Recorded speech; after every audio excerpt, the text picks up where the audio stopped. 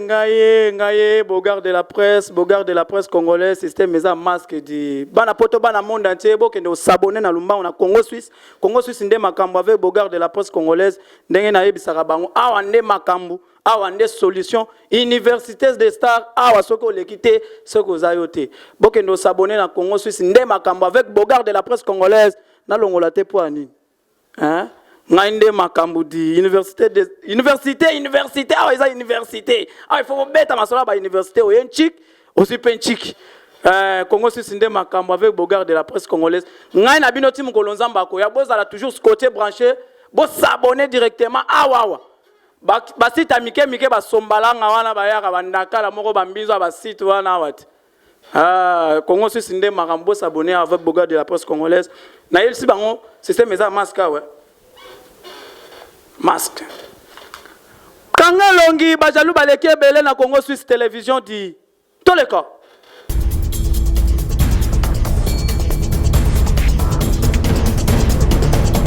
Merci beaucoup, merci de nous avoir suivis partout. Moi c'est Bogard de la presse congolaise. Vous informer c'est notre devoir, être informé c'est votre devoir. Car vous avez droit de savoir et vous avez aussi droit de commenter, de partager cette émission puisque c'est du lourd. Nazamo na musala na bino pona kotali sabino bandaki samboka ya République démocratique du Congo. Tovandi pamba te vie na ndenge tozo komona na République démocratique du Congo les situations politiques nous embrient. Tantôt plutôt moi côté zo ko embrier biso partout. Qui neza ropela moto bana kini bana poto bana monde entier. Lelo vraiment tozo mi a na parti ya mwana mboka Vital Kamerhe oza siège provincial ya mwana mboka Vital Kamerhe lo kaningidi ndenga na benga kai poto beta masolo etali politique ya République démocratique du Congo puisque tomoni kuna ba mwana nsemba bimi tomoni kuna 100 jours tomoni ba mzozo bazako lo ba non rien ba Moïse Katumbi le 20 même bazako ya na mboka na biso tomonaki ba mwana nsemba bimaki pe mais toko beta masolo na moko ya je sais pas lui-même va se présenter na robenga mwana mboka Basile akota poto beta masolo etali politique na biso. Voilà mon amboka en attendant koya na pesa na libanga na sima caméra. Daniel Zala Randenge Zala. Merci beaucoup mon frère. Bonjour papa. Bonjour. Comment on papa? Comment ngai maître Basile Nasali cadre na INC. Ça cadre na INC. J'espère que au Kambara jeunesse. Nasali rapporteur na jeunesse à INC ville de Kinshasa nazo sala pe office ya porte-parole ya jeunesse à INC ya ville de Kinshasa. Voilà. Merci beaucoup maître. J'espère que aux amoko ya Vital Kamerhe mais vu ya ndenge tozo komona République démocratique du Congo par rapport à situation politique tozo komona tomoni na par rapport ya kobimana na mwana nsemi puisque tomona ki abimaki ndenge tozo koyoka alimo lisusu ça vous dit quelque chose? Bon nako yebisana bana mboka et que koya na biso na pouvoir tant na zolo ba biso il faut comprendre que non cash. Wana ezali président Félix Antoine Tshisekedi Tshilombo na mwana mboka Vital Kamerhe nde basepela ki basala cash yango nde za na pouvoir koya na biso na pouvoir toloba ki boy mutu nyonso oyo azalaki mokangami il faut azala libanda mais esalaki ke à un moment na prison mwana mboka babanda koluka ba prisonnier po bakotisa bango na ba liste ya ba prisonnier oyo le président lobaki il faut bango tout babima mais moi dans nsemi azala quitté bon to comprenez que non azala quitté mais aye ko bima pour te respecter procédure parce que ce qui totali bien totangi code du pénal livre 2 ya biso ya mboka na biso l'article 161 et lobi batu nyonso bakima prison ceux qui va monani il faut bazonga na prison mais moi dans nsemi yemoko en tant que les patriotes azali moto munene alobi ngai moko il faut na zonga pona bima na va normal yango asali kuna na yebi ke ba avocat na ye déjà bazola ne la procédure normale po abima libanda na ndenge moko ya malamu na minute tozoloba azali na kati ya makala po ba régulariser dossier na epo tokende na ndenge ya malamu parce que mokonza mboka lobaki ete ko comme na pouvoir il n'y aura pas de prisonniers politiques. Il n'y aura pas déjà au bakokangama po parce que baloba qui est loko songolo parce que na pouvoir na biso droit d'expression il fait ça et puis état de droit il faut et salama. Mais il faut ça maman na mboka j'espère que boza na pouvoir bino bato boza na pouvoir to mona ki gi matondo bakangiye aza na justice azaki ministre provincial ya finance par rapport il y a détournement ndenge ezalaka mais bana mboka mususu ba komitu na bazolo ba kiete avant bakanga nanu Guy Matondo il faut babanda nanu na Kabila babanda na bato ebele ba yibi na mboko comme c'est bino bozo ba Kabila puisque ye mutape c'est bino pouvoir to ndenge ni na koyebisa na ba congolais nyonso balanda biso malamu omoni tango tozali na pouvoir soki ozali na ba preuve et que yo ba yibaki ndaku na yo et que yo ozalaki na likambo songolo omonaki yango ekendaki malamu te na ex-gouverneur à Ville Kinshasa André Kimbuta il faut bakanga ye pe puisque bato baza kolela tongo midi pourquoi problème eza boyo omoni mutu nyonso oyo azana dossier ayebi ke dossier na ngeza boyo nakangaki o babotolaki nga mbongo o babotolaki nga ndaku il faut azonga na justice et que justice ekosala mosala na yango ndenge eza boyo sokolo uti koloba likambo ya Guy Matondo soki toyebi bien ezali na député provincial moko ya azalaka bourgmestre ya Kitambo mais ayebi fonctionnement ya makambo ndenge ezalaki ayebi pe ndako wana malamu tango akomi député asali kaka ba droit na ye aluki asala motion interpellation pour ministre ya ko justifier mbongo parce que ye na ministre ya finance tango ba yoki ye na kati ya assemblée provinciale ba comprendre que non asalelaki mbongo ou bien mbongo basalelaki yango mabe parce que yenda asalaki ministre ya finance alors tango ba moni ka sali mabe ou asalelaki mbongo mabe yango basengaki ke ba voter motion pour ba longola ye et puis ba tia na disposition ya justice na minute oyo aza na disposition ya parquet ko sala mosala na yango pour information lisusu le nouveau gouverneur oyo ya ville à Kinshasa asali a suspendre ye a longoli ye azui mutu mususu atie wana po asala intérim toza na mboka na biso eke état de droit to banda koluka yango yeye na mwana mboka Félix Antoine Tshisekedi Tshilombo le président et pas na biso mikolo to bengaka ye l'homme qui marche dans les tapis rouges parce que to mona ki batu banga ki basala soki ndenge nene me mokonzi asa moko yenda zo décider et puis mboko eza na maboko na ye na mwana mboka directeur de cabinet na ye o aza na service aza kosala kaka ete musala ya président Félix Antoine Tshisekedi Tshilombo ekende liboso donc mutu nyonso o aza na dossier e ka yebi ke ngai ndenge za bo na yebi ni na kosala te ame ma dossier na justice o soko lingo kende ko se prendre na justice soki ke ozana raison justice akopesa yo raison. Justice a coupé sur raison. J'espère que aux amoko ya bateau bazan la carte parce que tant que bête à carte ça dire que les bandes des cartes c'était Félix Tshisekedi président. Bamsou ça comme tout naké président nommé parce que 100 jours ni premier ministre 100 jours to ya dollar ezaka ndenge zalaka bandembe za ko mataka se ko mata comme si 100 jours en simbité parlons pas na 100 jours et tu dois comprendre te na koyebisa na peuple congolais bala congolais azoko le que 100 jours ezaka nzela te ezaka ba makadam te ça fait social et fait à la normale.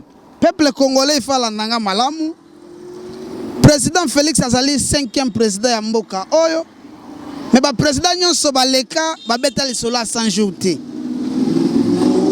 il faut là nous féliciter et puis programme à 100 jours ezali programme d'urgence tango président a commis na mboka alobi na ko fanda boyote tina zelaka gouvernement yeya a lobby il faut na tia programme d'urgence de façon que non moi makambo moko ekende liboso 100 jours eza réussite totale omoni batu mususu bafandaki na pouvoir basali 18 ans mais bilan na bango ça négatif mais na 100 jours soki mutu akolinga kondima 100 jours te seka za motema mabe na 100 jours Moïse Katumbi a su passeport na 100 jours ba jugement nyonso ya lokuta ezali contre Moïse balongoli yango na 100 jours maison Schengen o bakangaki yango bafungoli yango na 100 jours Frank Djongo Jomi Ndongala babimi libanda na 100 jours Martin Fayola sali meeting na ye partout atamboli bakangi mutu te gaz lacrymogène pe beti te mais liboso ezala ki bongo te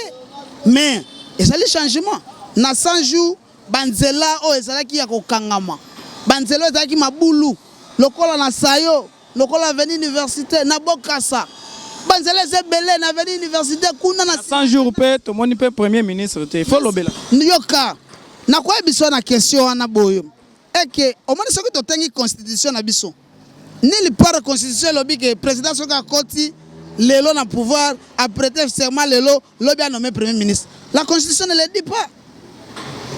Belgique, ça là, une année sans Premier ministre, et puis Mboke Bandako Tambola.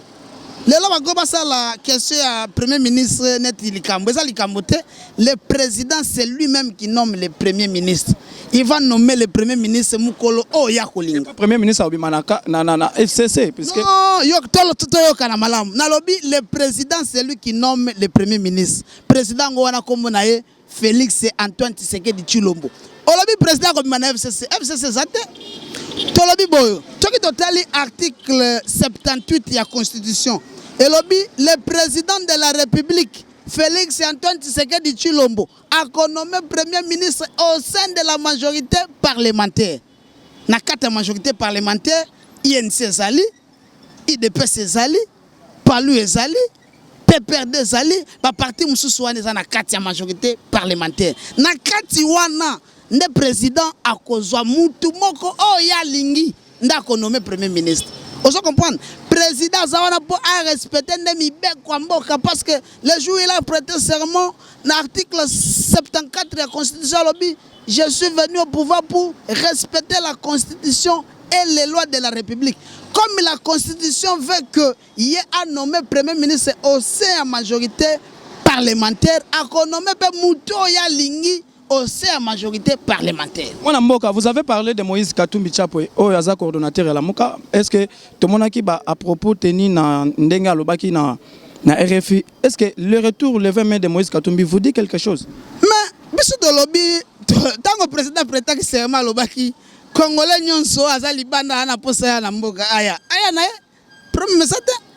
C'est la joie, c'est ça. Il y a déjà un changement. Au syndicat de Kolo. Le président avait déjà dit que il n'y a pas de problème. Et c'est le problème parce que bato baki maka lobby le loba comme zonga na kimia et que bazali na bango na mboka la bango sans problème.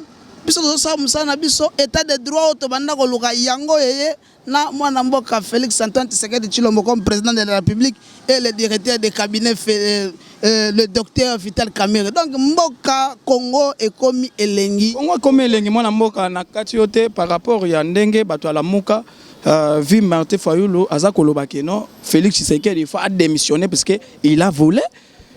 Ayibi parce que yenda za président mais il faut démissionner. Au moni tango bazobi misabamo to rappeler batu na biso. Na kwa bisa na batu mutu avant démissionner il faut à la mokonzi. Fayulu atikala ko reconnaître Félix était comme président. Ce que akoye bisa démissionner ndeni contradiction. C'est une contradiction. La personne qui a reconnaître était kasa mokonzi ako démissionner ndeni. Bon ngana sala katena ko démissionner wapi. Na ko démissionner wapi. Donc à reconnaître que non président de Félix, donc il est à calme, à député simple, hein, à député simple, à l'autre afin de naïki ma soka kolinga c'est la candidat aya na 2023 à postuler. Ce qui peuple a voté c'est bon. Mais na koye bisaye afin de kimia pouvoir reza na cash, pour longwa na cash et ça ntakate. Au cash nenga zu pouvoir abo et comme histoire ya Afrique du Sud. Depuis ANC au pouvoir en Afrique du Sud, Tilelo et Tikala Kozonga côté Moussouste. Ah, peu ba auto sala mapona, mais oyo kaka ke non pouvoir des apeka na ANC. Ndenge cash sur pouvoir bo. Libela si ata ba 30 ans et kozala kaka na cash. Donc batu Moussouste wana so ba na posa ba yande na cash. Parce que ozolo balikambo ya Lamuka. Lamuka za na autorité moko comme na ye Moïse Katumbi à reconnaître que non mokonzamboka comme na Félix. Donc ceux qui batu baza ko linga ko telemanakata ba distraction basala ba distraction na bango biso tozo sala musala ezomona na mokonza za moko ba o baza na posa pe ba koma ba président bazela ba élection ba ko postuler ceux qui ba ko joie ça va ceux qui pe ba ko joie te ba continuer na bakana bango mais mokonzi comme na Félix Antoine Tshisekedi Tshilombo. Mokonzi pona ko kochiter na question na émission na biso olobi ke mokonzi aza Félix Tshisekedi mais par rapport il y a appellation mais c'est Fayulu na justice congolaise et puis l'annulation. Qu'est-ce que vous voulez nous faire dans ce pays? L'appellation à l'annulation. Donc tous comprendre témoin na mboka comme c'est banga qui est par rapport à popularité za nango par rapport à bato baza simanaye surtout peuple puisque tout le monde qui même na chango batumbaki pena pina pour la foilu na biso soki akeka ko se présenter bakangi en tout cas vraiment to kabola mboko biteni tant bino be boyoki bongo bala moko boye boye non ndenge za boye donc il faut tout annuler donc annuler pour qui me kota bobangi par rapport à population za na ngoto ndenge ni mwana mboka na koyebisa yo boyo omoni na mboka oyo état de droit ezali moto ata moko te azalaka likolo ya mibeko na kati ya état de droit ongo yebisanga ke no soki ye abomi muntu lelo akokota na kasho te po azali fayulu mibeko soko sali mabe mibeko kokanga yo. Nous sommes venus au pouvoir pour respecter les lois ya mboka. Vous comprenez? Ça c'est un faux dossier et que mutu oyo akenda ko déposer plainte. Il n'est ni de l'INC, il n'est ni de l'IDPS. C'est un monsieur Aluka qui a ko déposer plainte na ye. Bon. Akomake pas procureur atinango na la police a lobby a poussé yango na date moko bo oyo ye moko ayebi a ko fixer. Na kati ya mboka état de droit babanga ka mutu te. Mutu ata moko te azali au-dessus de la loi. Soko sali mabe mibeko ko kanga yo. Donc ba poussa ki date et date wana bango moko nde ba ko fixer yango. Biso to za ko semele na biloko wana te parce que membre ata moko te ni ya IDPS ni ya INC oyo akenda ko déposer plainte wana. Mutu akenda ko déposer yango ye moko ayebi azoluka nini. Biso to za na pouvoir toujours travailler pour que mboka ekende liboso pour mboka tokuta ki yango na semakasi. Merci beaucoup mon mboka tokomi à la fin et juste un mot de la fin na batutu ba côté la biso surtout ba combattant o lelo yo baza ko lala te baza ko bundela mboka du jour au jour mais malgré kaka bokechu ndenge vraiment azo pelisa bino moto na nenga poto kuna mot de la fin to kabwana na yo. Mot de la fin na koyebisa na peuple congolais que 100 jours ezali programme d'urgence. Le président a été voté avec un mandat de 5 ans. Oh, et salamité et ko salama kaka. Espoir déjà au peuple congolais à salaki nangol sousouté, mais le fait d'être président et sengoya kozonga congolais est commis. Longonya na papa mokonzi mboka Félix Antoine Tshisekedi Tshilombo pour azo pesa biso biloko o biso na totikala kozwa te, o nanu biso totikala komona te. Yena mwana mboka Vital Kamerhe. Donc mboka eza nango malamu bafanda kimia makambo malamu pe ekosala malisusu. Et puis na 400 jours kala mingi te bakopesa ba détail parce que toyoka ki batu baloba ki ba chiffre balobi ba biloko moko bo sans preuve. Mais d'ici le 15 bakopesa détail que tosala ki autant de kilomètres en nzela elia ki mbongo autant tozo ki mbongo wana place tel kala mingi te kosalama. Peuple congolais avec ses pouvoirs, tous allés dans service ya peuple congolais, tous allés wana pona ko servir ba peuple. Mokonza mboka lobi, soko kolinga o travailler na biso, il faut o salela nde peuple. Soko ko salela peuple te, esika na yo eza na pouvoir na biso te. Merci beaucoup mon amour. Merci Mingi. Merci beaucoup chers internautes, merci de nous avoir suivis partout vous êtes. Si vous aimez cette émission, dites merci à Bogarde de la presse congolaise. Merci encore une fois de plus à ma caméra Daniel Akani. Merci encore mon frère tous ensemble Kakandenge et Zalaka. Sans oublier mon boss, le patron de cette chaîne, John Simao, moto pembe, moto akenda poto tongo véritablement na poto posoko meki na bilele akobeta bilamba koleka. Merci encore une fois de plus na superviseur na biso oyo vraiment papi le Congo taille présidentielle ngana bengaraye taille présidentielle par rapport à Costo. Merci encore une fois de plus na Eric côté à réalisation. Merci mon frère. Vraiment oza vraiment kaka ndenge ezalaka. Ah vraiment toza na base hein. Bo comprendre kaka toza na base mo peut pas sikadi. Bogarde de la presse congolaise encore et toujours. Merci encore une fois de plus na Chantal Bola Mama Paradis Mama Ngeso. Merci na Jolwemba Oya Metchon. Merci mon frère. Merci toza tokutani mbalasima nanga na bino kaka na kade andaki za mboka na biso. Tokutani mbalasima. Bye bye bye bye bye bye.